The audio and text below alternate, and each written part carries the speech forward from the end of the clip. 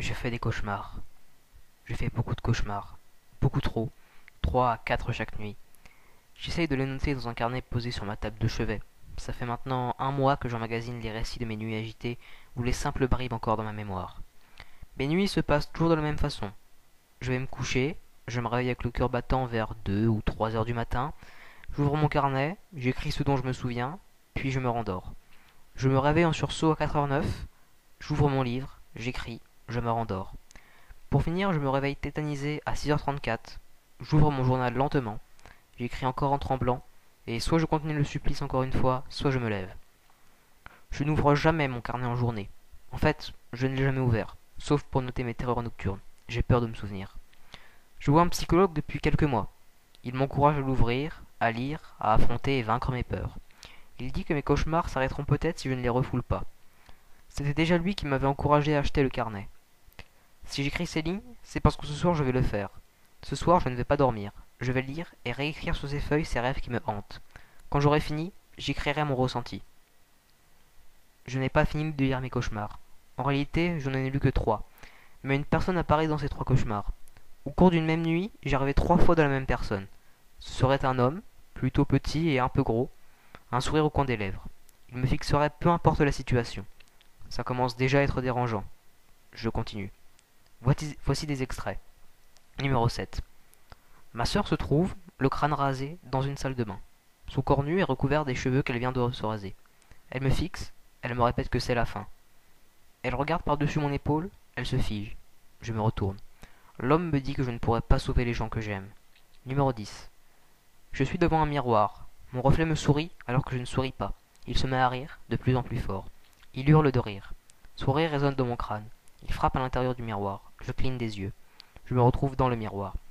Il me demande, en continuant de rire, qu'est-ce que ça fait d'être le reflet de soi-même. Deuxième battement de cils. C'est maintenant l'homme qui se tient face à moi. Il sourit. Je lui dis, qu'est-ce que ça fait de ne pas être réel? Je suis là, non? Comment ne puis-je pas être réel? Me répond-il. Numéro 11. Une pièce sombre. Je ne vois rien. Mes parents sont éclairés au loin. L'obscurité m'oppresse. Mon cœur me fait mal. Il me regarde avec pitié. Je suis moi, enfant. J'ai peur. Mes parents partent. J'essaye de les suivre, mais mes bras sont retenus. Je me débats, je ne les vois plus. Ils sont partis. Une main rassurante se pose sur mon épaule. C'est l'homme. Papa, maman, vous ne m'aimez pas? J'ai prêté mon carnet à mon psychologue. Je n'ai pas dépensé le 11e souvenir. Il m'a dit que c'était déjà une progression, que je suis perturbé par quelqu'un et que mes rêves sont sans doute ce que je rejette. Une vérité glacée qu'il faut que je brise. J'ai hurlé en plein milieu de la séance. Je me rappelle de chaque mot que j'ai hurlé, comme si je les avais repris par cœur. Docteur, docteur, docteur, arrêtez vos phrases qui n'ont aucun sens. Comprenez-moi, aidez-moi, sauvez-moi, ou achevez-moi. Il m'a dit de me reposer. J'ai peur. J'ai peur, oui, j'ai peur de fermer les yeux, de les ouvrir. J'ai peur d'être fatigué, de dormir. J'ai peur de le voir encore. L'homme, voilà comment il s'est présenté à moi. Je ne sais plus quand il l'a fait. L'a-t-il seulement fait? Il me l'aurait dit avant que j'écrive mes cauchemars? Après? Il me l'a dit en rêve? L'ai-je vu avant que mes nuits deviennent abominables? Il faut que je dorme. Mon Dieu, ayez pitié. Toujours le même rituel nocturne. Je ne me souviens de rien. Je tourne en rond. Tout ce qu'il y a autour de moi me protège. Chaque meuble, chaque regard, chaque sensation me rappelle que je ne dors plus. Je suis réveillé. Je suis réveillé, mais il n'est pas là. J'ai décidé d'arrêter de lire mes anciens rêves. Je vais juste lire ce que j'ai écrit la veille. J'ai la sensation que ce sera plus utile. Numéro 34. Il y avait un bloc de marbre, je crois. L'homme taillait quelque chose dedans. Un travail qui demande du temps. Il me laissa voir son œuvre. Un homme avec une capuche qui avait l'air d'avancer avec crainte. Il me regarde d'un air surpris. Il m'a demandé si je me souvenais. Non. Non, je ne m'en souviens pas. Mais je lui ai répondu, ça arrive. Numéro 35. J'étais devant les corps démembrés de mon père et de ma sœur, dans cette voiture accidentée que je vais faire brûler. Tout était prémédité. Une balade, un virage trop serré, puis le fossé.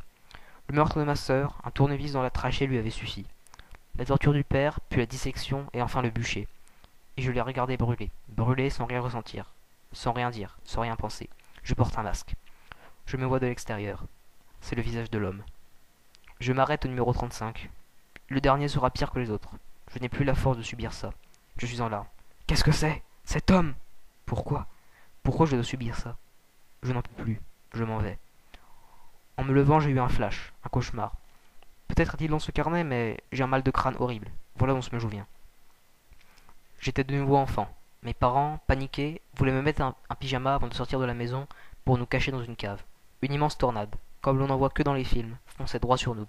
Lentement, irrémédiablement, hypnotique, elle avançait, et je refusais de m'habiller, absorbé par sa sinistre fureur.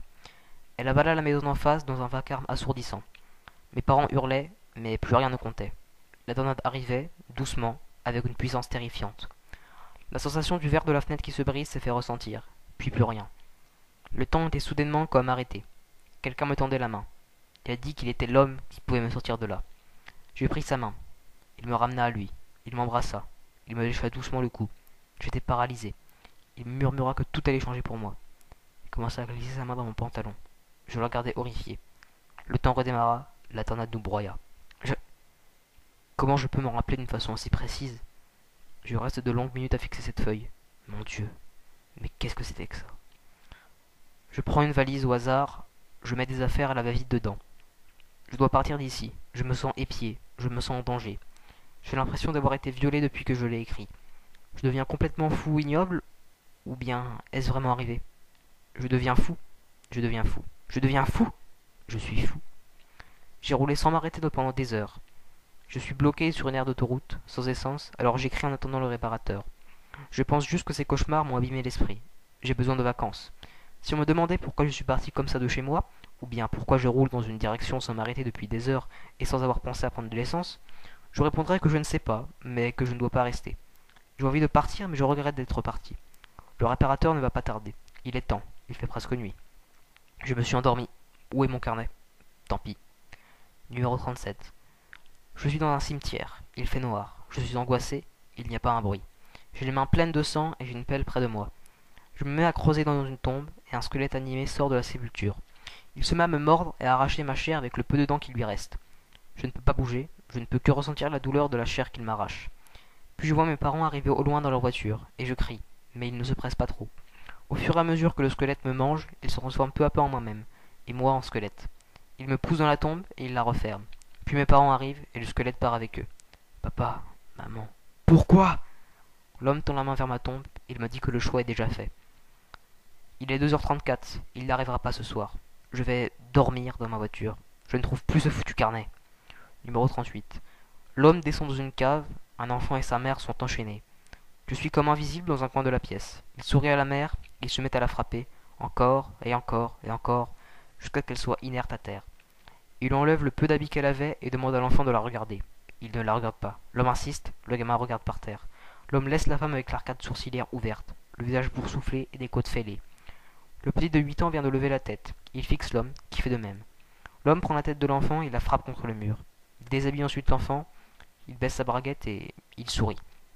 Je viens me fermer les yeux. Je me bouche les oreilles autant que je le peux. L'enfant hurle, la mère supplie d'être prise à la place de son fils. Puis le silence. Je rouvre les yeux, la salle est vide. Il ne reste que du sang séché. Il me fixe. Tu sais ce qu'il t'attend maintenant, dit-il avec les sanglots dans la voix. Il me saute à la gorge, il essaye de m'étrangler. Mais ton choix est déjà fait, n'est-ce pas? Je ne veux plus dormir. Je ne peux plus dormir. J'en peux plus. Je craque. Ceci est donc une lettre très longue d'adieu. Ces rêves m'ont tué. Ces rêves m'ont... Non. L'homme de mes rêves. L'homme dans ma tête m'a tué. J'ai un pistolet dans ma valise. Le voilà, mon choix. Mon choix est fait, ça te va? La voiture klaxonne derrière. Quelqu'un sort de la voiture et s'approche de ma fenêtre. Ça va aller? Qu'est-ce que vous faites ici? Je lui ai expliqué mon trajet, le fait que j'attendais une dépanneuse. Vous allez où? Je peux vous déposer. Peu importe où. Un endroit calme où je pourrai enfin dormir pour l'éternité. Une balle de plomb sera mon somnifère. Je prends ma valise, mon pistolet est dans ma poche, je me sens mal à l'aise. J'ai l'impression de l'avoir déjà vu. Il tend la main vers ma valise, il est éclairé par les phares de sa voiture. C'est un homme petit et un peu gros. Votre choix est fait?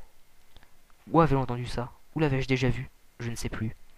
Mais je sais que si je pars avec lui, je serai témoin d'un spectacle que je ne veux pas voir. Je me suis jeté sur lui et je lui ai défoncé le crâne avec la crosse du pistolet. Il est mort? Il est mort. Il est mort? Je l'ai tué. J'ai le sentiment d'avoir sauvé des dizaines de personnes. Je vais bien dormir ce soir.